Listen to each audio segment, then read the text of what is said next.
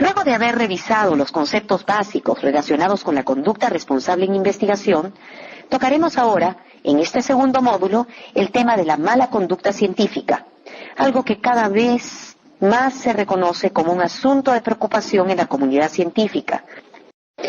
Durante años se discutió sobre la definición de mala conducta científica. En el año 2005, en los Estados Unidos, la Fundación Nacional para la Ciencia y el Servicio de Salud Pública coincidieron en una definición. Ellos definen mala conducta científica como aquellas acciones relacionadas con la fabricación, falsificación o plagio en el planteamiento, el desarrollo, el reporte de datos o la publicación de una investigación. Para que se configure un caso de mala conducta científica, el acto debe ser intencional y deliberado, debe romper los estándares localmente aceptados y debe ser demostrable con evidencias y documentación. ¿Qué entendemos por falsificación? Se trata de la manipulación de materiales de investigación, equipos o procesos, o el cambio u omisión de datos o resultados de manera tal que el estudio ya no presenta los datos reales. En ocasiones, alguien puede llegar a manipular los datos para obtener el resultado deseado y otras veces para evitar un mal resultado o un resultado inexplicable. Por otro lado, la fabricación consiste en registrar o presentar en cualquier formato datos ficticios, por lo que se les denomina datos fabricados. El plagio es la apropiación de ideas, procesos, resultados o palabras de otros, sin darles el crédito correspondiente. El plagio es hoy en día un problema serio, especialmente en el ámbito académico.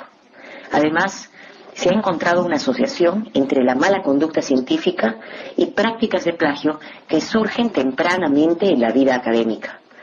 Trataremos este tema en detalle en el siguiente módulo.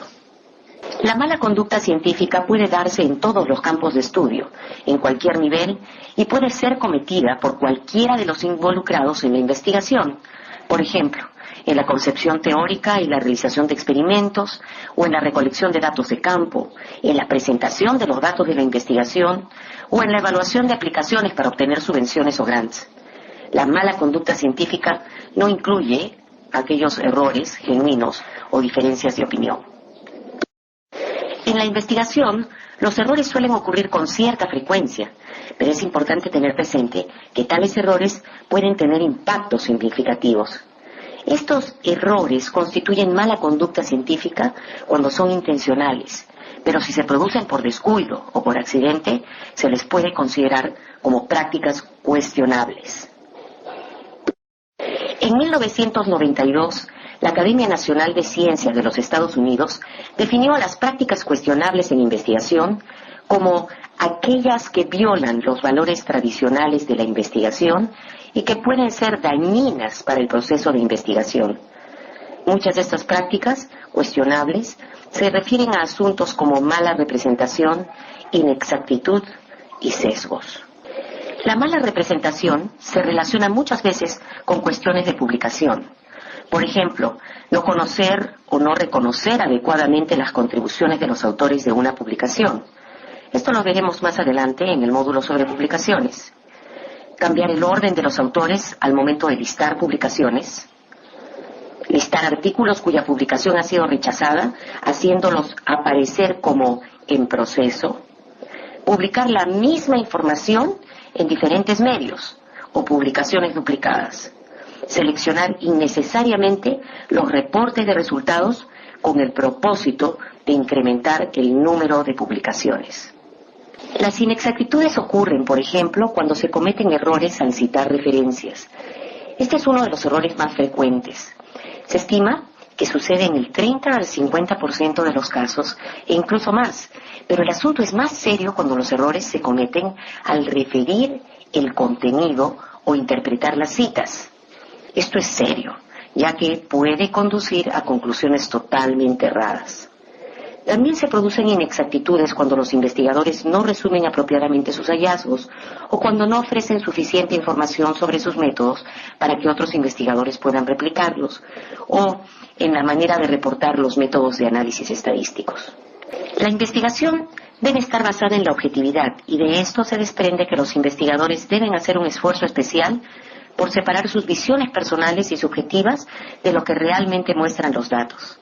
A veces se producen sesgos relacionados con las fuentes de financiamiento. Esto puede ocurrir, por ejemplo, cuando se encuentra que determinado tratamiento es efectivo en un estudio que ha sido realizado con fondos o auspicios de determinada entidad con intereses comerciales. Tocaremos este punto con mayor profundidad en el módulo sobre conflictos de interés. Según el Dr. Kaligman, un experto en temas de ética en investigación, es muy probable que a través de la historia varios investigadores hayan manipulado sus datos, algo que hoy en día sería calificado como mala conducta científica. Los resultados de Mendel, por ejemplo, parecen ser más limpios de lo que se ha podido demostrar experimentalmente en la actualidad. Y se ha señalado también que Louis Pasteur no reportó haber usado en sus experimentos una vacuna para el anthrax desarrollada por uno de sus competidores. Un caso sonado fue el del Dr. William Summerlin, un investigador en dermatología, quien trabajando en el Instituto de Cáncer Sloan Kettering de Nueva York, reportó en 1974 que podía implantar sin rechazo tejidos de animales genéticamente no relacionados, algo que parecía un hallazgo importantísimo en el desarrollo de trasplantes. Para respaldar sus resultados, Summerlin mostró unos ratones con áreas negras trasplantadas en la espalda. Sin embargo, un técnico de su laboratorio descubrió que no se trataba de tejido trasplantado, sino solo pintado con marcadores. Al ser confrontado, Summerlin aceptó haber cometido fraude. Otro caso histórico es el del Dr. John R. Darcy, un joven investigador en cardiología de un hospital afiliado a la Universidad de Harvard, a quien en 1981 se le encontró fabricando datos. Luego de una investigación, se supo que fabricaba datos desde que era un estudiante de biología y que había publicado varios artículos en los que incluía profesores que habían tenido poco o nada que ver con esos trabajos. Debido a esto, fue necesario retirar más de 10 artículos y unos 45 resúmenes. Pero aún cuando se evidenció que los coautores no tenían responsabilidad en los fraudes, cobró notoriedad el problema de las llamadas publicaciones de regalo. Es decir, aquellas en las que aparecen autores que no hicieron ninguna contribución significativa, pero cuya presencia en el artículo podría influenciar positivamente la aceptación de la publicación. Con este caso, se puso de relieve la responsabilidad de los coautores sobre la información presentada en artículos que consignan sus nombres, así como las limitaciones del proceso de revisión de pares para detectar casos de fabricación de datos. En el año 2006 salió a la luz el caso del Dr. John Sudbo, un dentista y oncólogo noruego. Un año antes, unos investigadores del cáncer oral descubrieron que Sudbo había fabricado datos de pacientes para un artículo publicado y después retractado por la revista The Lancet. El artículo concluía que los antiinflamatorios no esteroideos, como el ibuprofeno, disminuían el riesgo de cáncer oral en los fumadores. Luego de un examen de este trabajo, se encontró, entre otras cosas, que 250 de los 908 individuos incluidos en el estudio tenían la misma fecha de nacimiento. Más adelante, Sudbo admitió haber utilizado datos ficticios en al menos otros 2 artículos publicados en las revistas The New England Journal of Medicine y el Journal of Clinical Oncology, que retrataron también finalmente estos trabajos. El comité que investigó el caso incluyó a un miembro del Instituto de Investigación del Cáncer de los Estados Unidos, dado que parte de la producción de Sudbo se había hecho con coautoría con investigadores de este país y había sido financiada con fondos estadounidenses. El comité concluyó que eran fraudulentos 15 de sus 38 artículos, publicados con 65 coautores de 6 países, incluyendo los trabajos derivados de su tesis doctoral. No se encontró evidencia de que los coautores estuvieran implicados en este fraude masivo. Como consecuencia del escándalo, Sudbo perdió su título de doctor, además de la licencia para practicar medicina y odontología. Este ha sido uno de los casos recientes más sonados que nos enseña también acerca de mala conducta científica. ¿Con qué frecuencia ocurren las prácticas de mala conducta científica? En general, Se estima que ha aumentado el número de casos, pero la prevalencia real es desconocida y en muchos casos no llegan a ser detectados, debido principalmente a inconsistencias en el uso de la definición de mala conducta científica y a que mucha gente prefiere no presentar alegatos o acusaciones. Al respecto, los resultados de un metaanálisis de 18 encuestas publicadas, mayormente en los Estados Unidos, y relativas a diferentes disciplinas científicas, permiten comparar, por ejemplo, las diferencias entre quienes admiten haber tenido prácticas inapropiadas en sus investigaciones y quienes afirman haber observado casos de mala conducta científica. En otro trabajo se ha estimado que la tasa de casos graves de mala conducta científica sería de un caso por cada 100.000 investigadores para los Estados Unidos, donde hay casi 2 millones de investigadores activos. No obstante, solo la Oficina de Integridad Científica ha recibido 800 alegatos desde el año 1990 hasta el 2002, entre los cuales el 10% fue calificado como mala conducta científica. Según una revisión de trabajo sobre el tema, algunos de los factores asociados a mala conducta científica se vinculan con la personalidad del investigador. Por ejemplo, narcisismo, sentimientos de justificación, como la percepción de haber logrado cierto resultado luego de un trabajo duro, la convicción de conocer previamente las respuestas a las preguntas y un sentido distorsionado de la realidad. Por otro lado, se reconocen también la importante presencia de factores externos, como la presión profesional para publicar, la falta de supervisión por parte de los mentores o mentoría insuficiente, un pobre clima laboral, los conflictos interpersonales, el sentimiento de haber sido tratado injustamente, por ejemplo, luego de rechazos en las publicaciones o en aplicaciones para obtener fondos, y la ausencia de una cultura de autocrítica en los centros de investigación, entre otros elementos. ¿Cómo prevenir la mala conducta científica? Para poder prevenirla, es necesario primero identificar los factores de riesgo señalados previamente y luego plantear acciones.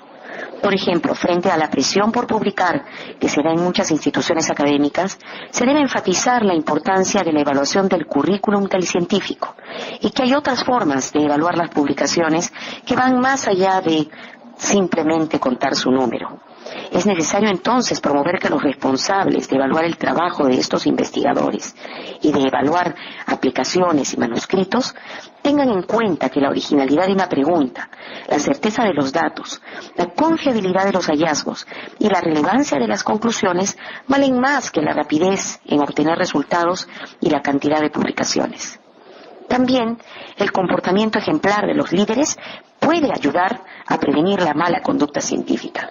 Asimismo, es importante considerar temas como las buenas prácticas, la integridad científica y la conducta responsable en investigación en la educación formal e informal de los investigadores, e implementar políticas institucionales para promover la conducta responsable en investigación y así prevenir la mala conducta científica. ¿Qué normas internacionales existen sobre la mala conducta científica? A nivel internacional es aún pobre el reconocimiento de este tema. En los Estados Unidos, la Oficina de Integridad Científica se encarga de todos los alegatos de mala conducta que involucran a investigadores financiados con fondos públicos. Pero en Europa, el procedimiento aparece fragmentado y varía ampliamente entre los países, pues en varios de ellos, los códigos de buenas prácticas y las pautas para el manejo de denuncias o bien no existen o se encuentran aún en proceso de desarrollo. Salvo en Escandinavia y en menor medida en Alemania, Francia y el Reino Unido, existe muy poca o ninguna regulación sobre la mala conducta científica. Al respecto, el Tratado de la Unión Europea especifica que la ética es de competencia de cada Estado miembro, por lo que no es posible imponer normas internacionales. Europa tiene una larga historia de alegatos por mala conducta científica, pero solo recientemente han surgido casos que han puesto en evidencia las limitaciones de los actuales sistemas de vigilancia. En España, por ejemplo, la mayoría de instituciones de investigación carece de códigos de integridad científica o políticas para lidiar con la mala conducta.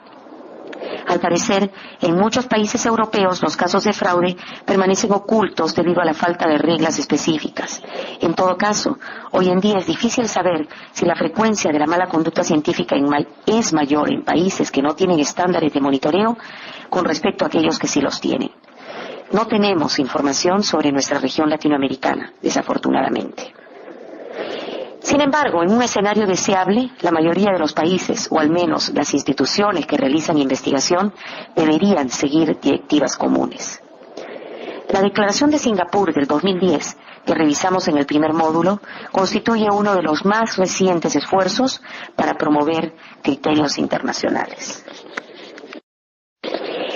Recomendaciones para el manejo de casos de mala conducta científica.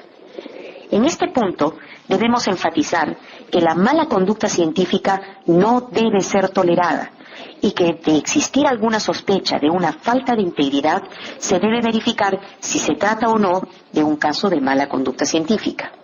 Desde 1995, la Academia Nacional de Ciencias de los Estados Unidos aconseja que cualquiera que haya sido testigo de mala conducta científica tiene la obligación de actuar.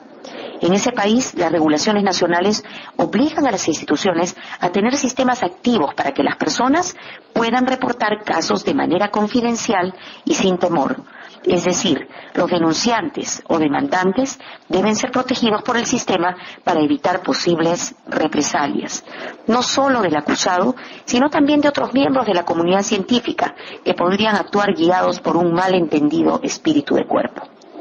De existir la sospecha de algún incumplimiento de las normas, los centros de investigación en los que se den estas incidencias son los responsables de establecer y llevar adelante estos procedimientos institucionalmente, por propia iniciativa o por notificación, siguiendo pautas internacionales, verificando las sospechas o alegatos y protegiendo la confidencialidad de los denunciantes antes de trasladar los casos a una instancia superior. Se recomienda especialmente la instalación de una oficina u organismo para la protección de la integridad científica o el establecimiento de acuerdos de cooperación interinstitucional para el manejo de estos casos. La experiencia ha mostrado que en ausencia de estos organismos especializados, las respuestas suelen ser inapropiadas, lo cual puede terminar desacreditando no solo a la institución, sino también a la ciencia en general ante el público. Las universidades, institutos y otros centros públicos y privados que realizan o promueven la investigación deben contar con normas institucionales o desarrollarlas, si no las tienen, para asegurar la integridad científica y combatir la mala conducta científica. Además del Código de Conducta de Integridad Científica, estas instituciones deberían preparar un manual que indique cómo actuar frente a denuncias de mala conducta científica, incluyendo las indagaciones, el establecimiento de sanciones y la manera adecuada de reportarlas. Los principios de integridad científica, las recomendaciones de la Oficina de Integridad Científica de los Estados Unidos y las pautas específicas de otras instituciones pueden servir para definir localmente las normas y los procedimientos.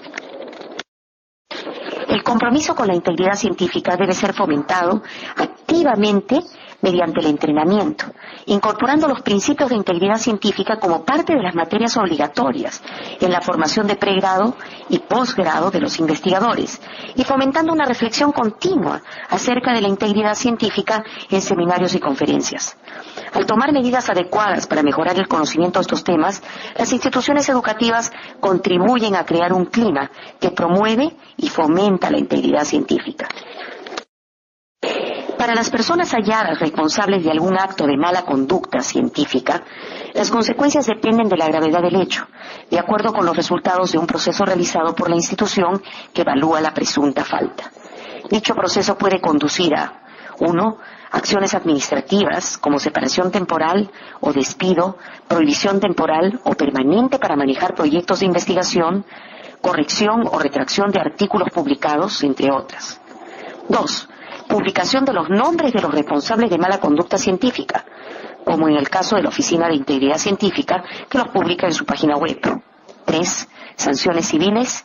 Y 4. Sanciones penales.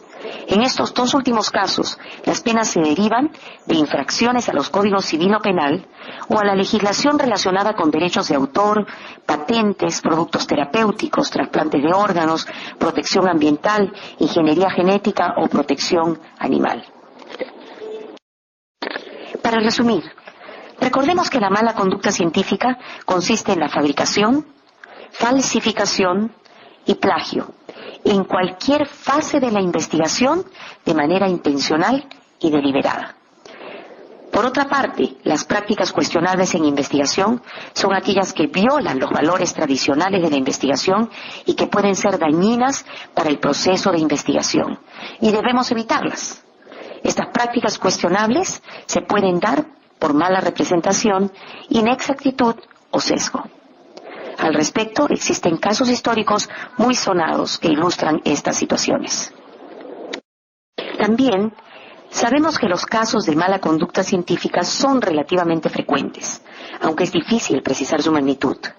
Estos casos ocurren por factores tanto individuales como externos.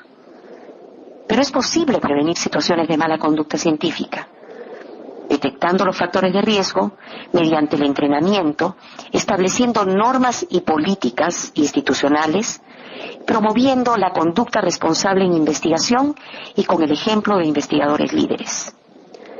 Algunos países de Europa y Estados Unidos cuentan con normas propias, pero hay un esfuerzo por establecer criterios internacionales, como la Declaración de Singapur del 2010. Y finalmente, la mala conducta científica no debe ser tolerada. Si existieran sospechas acerca de algún caso, este debe ser apropiadamente investigado, para lo cual es necesario contar con regulaciones y mecanismos institucionalizados.